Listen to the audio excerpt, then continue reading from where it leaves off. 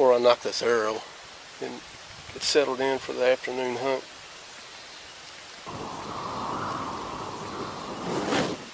Let's take a minute and talk about broadheads. And we're not going to talk about sharpening them. Everybody should know to sharpen your broadheads after each shot.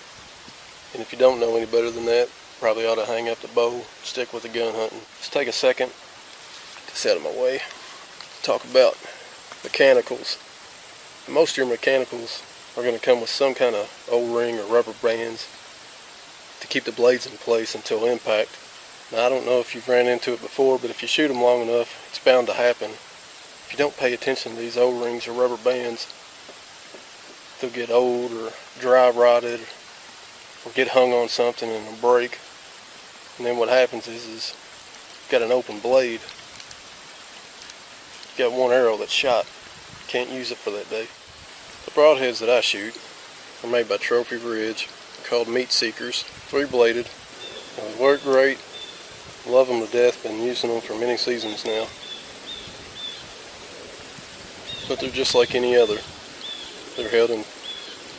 The blades are held intact by a rubber band, which, let's just be honest, are garbage.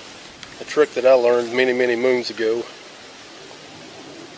is to not take a chance on breaking one of these rubber bands and having a useless arrow for your hunt.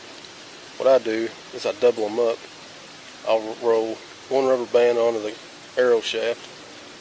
I'll roll the second one on, put the broadhead on, and roll the second rubber band up to use with the mechanical head, and then I've got the spare right below it.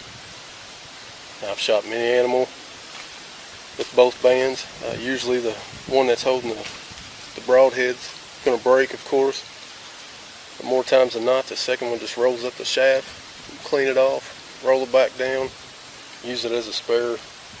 Just something to keep in mind before you head out on your next hunt.